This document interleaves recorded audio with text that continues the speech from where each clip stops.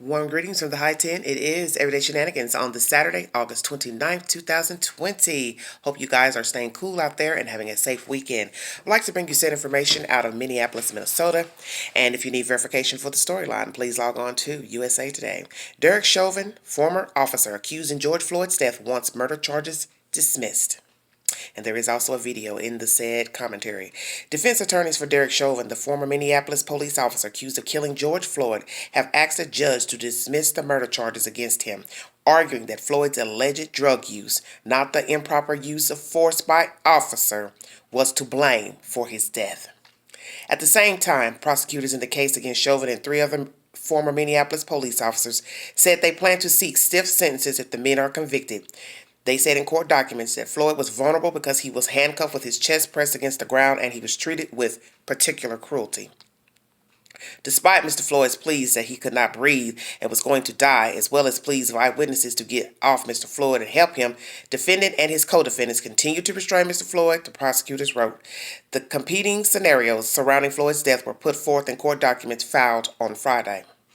Floyd, a black man, died May 25th after Chauvin, who is white, pressed his knee against Mr. Floyd's neck for at least 8 minutes as Floyd said he couldn't breathe and became motionless. Chauvin is charged with second-degree murder, third-degree murder, and manslaughter. The other three officers, J. Alexander Queen, Thomas Lane, and Two Tail, are charged with aiding and abetting both second-degree murder and manslaughter. All four were fired. Under the state's sentencing guidelines, a conviction on second-degree and unintentional murder and third-degree murder both carry presumptive sentences of 12.5 years, but a judge can order a sentence ranging up to 15 years without departing from the guidelines. For second-degree manslaughter, the guidelines call for 4 years in prison or a discretionary range of up to 4.75 years.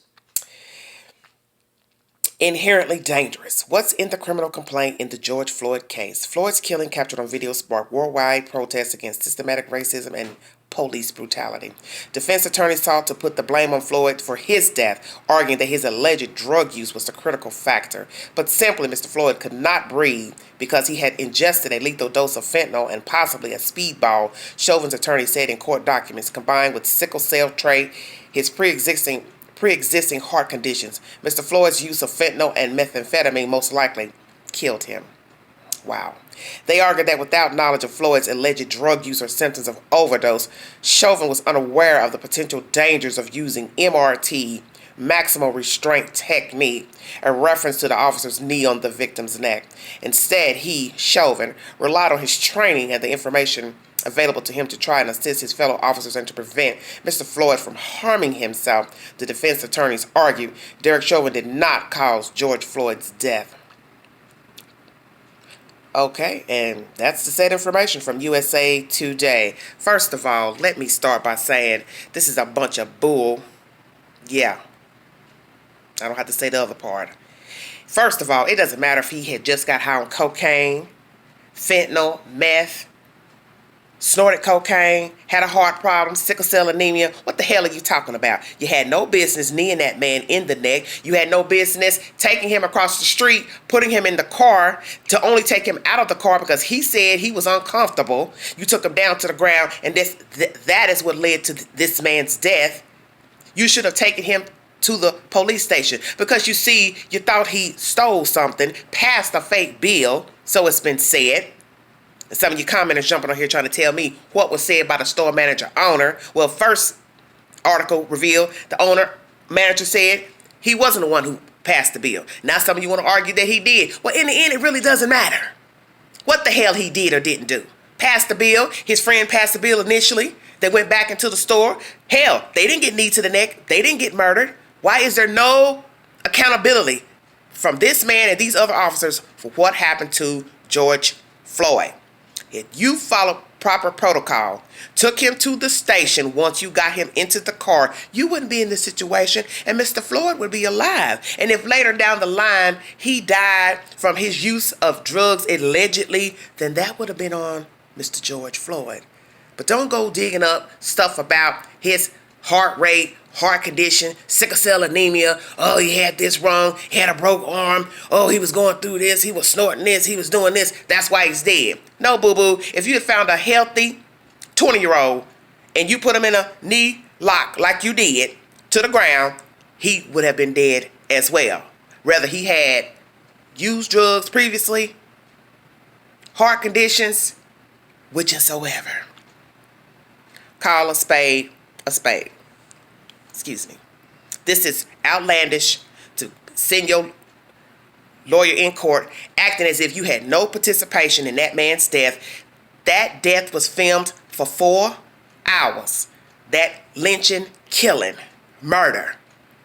And how in the hell you thought a human being was going to sustain your knee to their neck for 8 minutes with or without medical conditions, drug use, is a mystery to me. And you a damn fool to sit up in court and act like you are not a willing participant in getting that man murdered. I am sick of the stories about his drug use, the $20 bill, if he passed it, didn't pass it. You all seem to forget he was with other people who were with him. One went in and passed the bill, who is alive. Yeah, put that on paper. 3 people together. But George Floyd is the only one dead. The only one detained. Taken to a car. Took out of a car. Took to the ground. Other officers aided. Didn't render aid. Got some slap ass folks picking them up in khaki uniforms that don't look like EMT. Yeah, I said it. You all didn't give a damn about that man.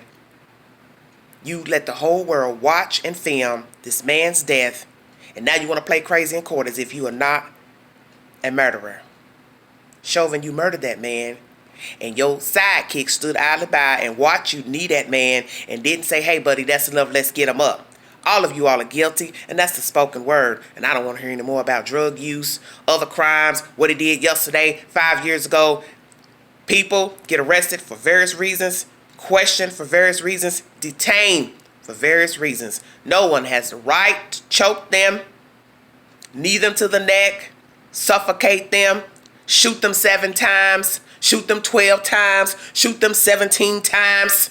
It doesn't take all that. Because if you are properly trained and you have a sidekick with you, you two both or more should know how to detain a suspect, fleeing suspect, whomever, in a proper manner to where he or she is not murdered while being detained. And that's the spoken word.